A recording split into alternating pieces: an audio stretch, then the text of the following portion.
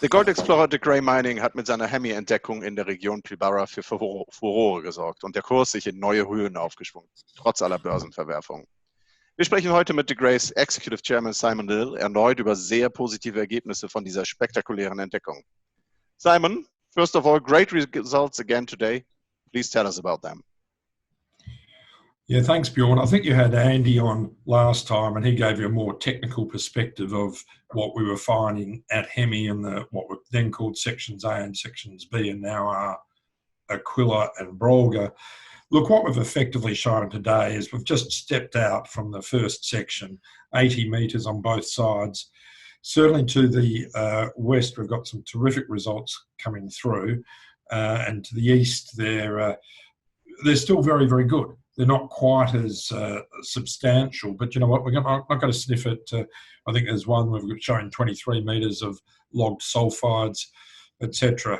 On the other side, you know, we've showed. So I'm just looking at the diagram here. You've got a couple of intersections there: 37 metres of logged sulfides, 60 metres of logged sulfides, and 55 and 16 in the other hole. So it's really just confirming we're onto a substantial system at this point.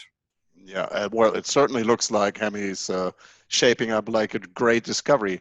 Now, is that just luck, or do you think the management has something to do with that? Look, far be it from me to claim good management, but what I will say that we do have is a very, very good geological team led by Andy Beckwith. But we have a regional geologist, Alan Neeshaw, who's been pulling apart our whole region. And when we first got onto Taurana, and Taurana is right to the west of our project, it's gone from 0 ounces to 360,000 ounces at the moment and will grow further. It was identified as an intrusion style, and we said to Alan, well, go and have a look and see if we've got any more. And 9 months ago, we had a release where we indicated that here's Taurana, but we've got identified another 7 intrusions.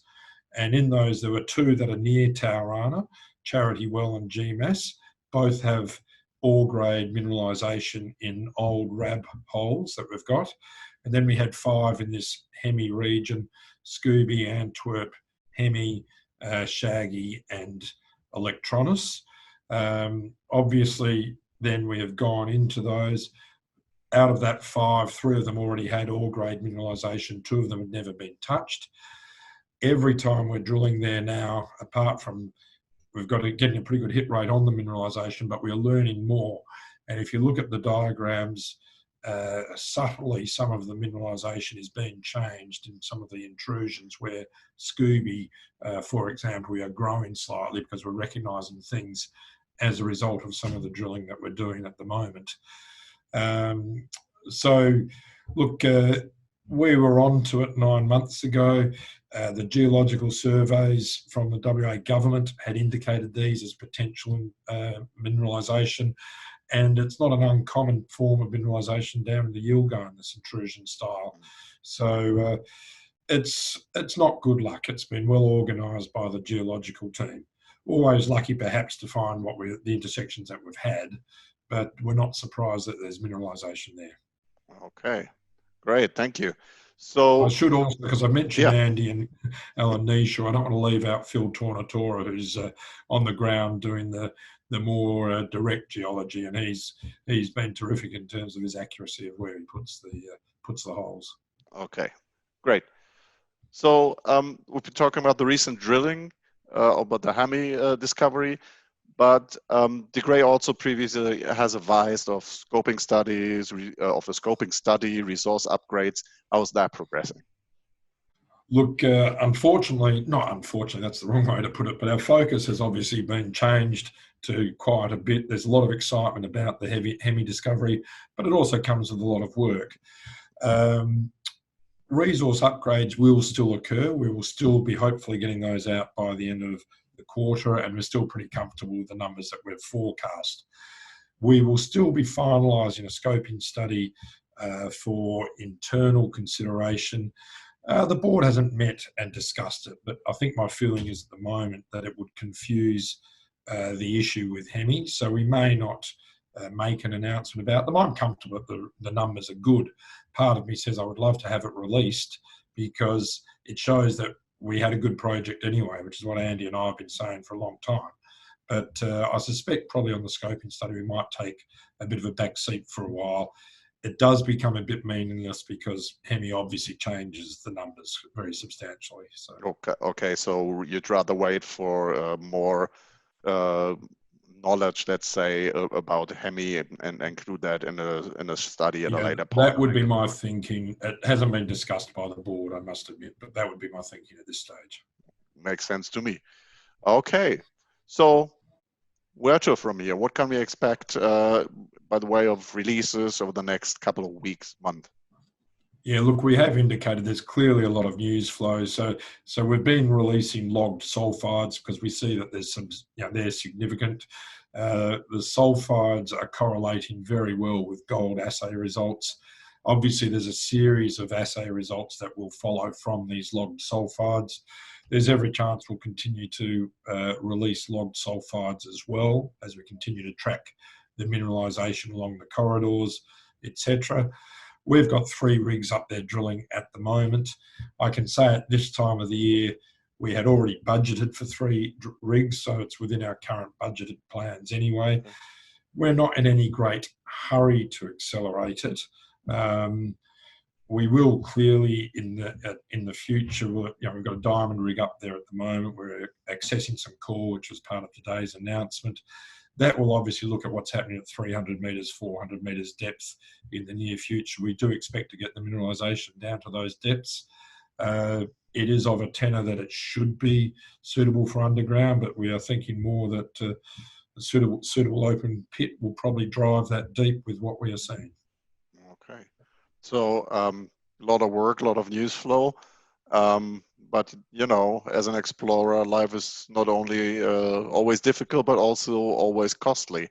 How is your capital at the moment? Well, I guess suddenly we have a market capitalisation nearly $250 million. So capital becomes an easier part of the equation. But there's been a lot of chatter about us about to raise capital. We're pretty comfortable with the program at the moment. We don't need capital immediately. At some stage, we do accelerate the program. We've got a bit of infrastructure work up on site to put together before we feel comfortable accelerating the program. So we're not in any great hurry at the moment. Okay. So what are your expectations for the future of the grey, considering the coronavirus scare, oil price battles, let's say, the high uncertainty in the capital markets in general? Yeah, it's an interesting one, isn't it? And who am I to say? But clearly, a coronavirus, we're having to implement coronavirus policies which get to travel, and obviously the mining camps, they're potentially hotbeds of disease in one sense. We try and make sure they're not, of course. So it's obviously interesting for the gold price. How is oil going to play out? That's going to be for cleverer people than I. So it's, look, I think overall we're business as usual. But maybe our employees can't travel overseas for a little while. Okay. So, thank you very much. Listen, we'll be looking forward to further news. We'll talk about that again, and we'll see how it all works out. And then we also know more about the geopolitical developments and how that affect the gold price. Certainly at the moment, gold is holding up pretty well around the 1660 in US dollars. I guess it's by 2000 something in Australian dollars. So it's a good environment for gold companies to be in, I think. And certainly if you keep checking out those great results, we're looking forward to further nice news releases. Well, I think Bjorn, to finish up, I can say that we're not unhappy about where we're at. If we weren't having to deal with coronaviruses and oil price shocks, etc., clearly our shares would be a lot higher. But very pleased with the way they've been holding up, and there's clearly been some substantial buying coming through. The selling seems to be drying up. So if we work our way through to a better market, hopefully we should start moving forward. Okay. Thank you very much. Thank you for taking the time, and we'll talk again soon. Thank you. Okay, thanks very much, Bjorn.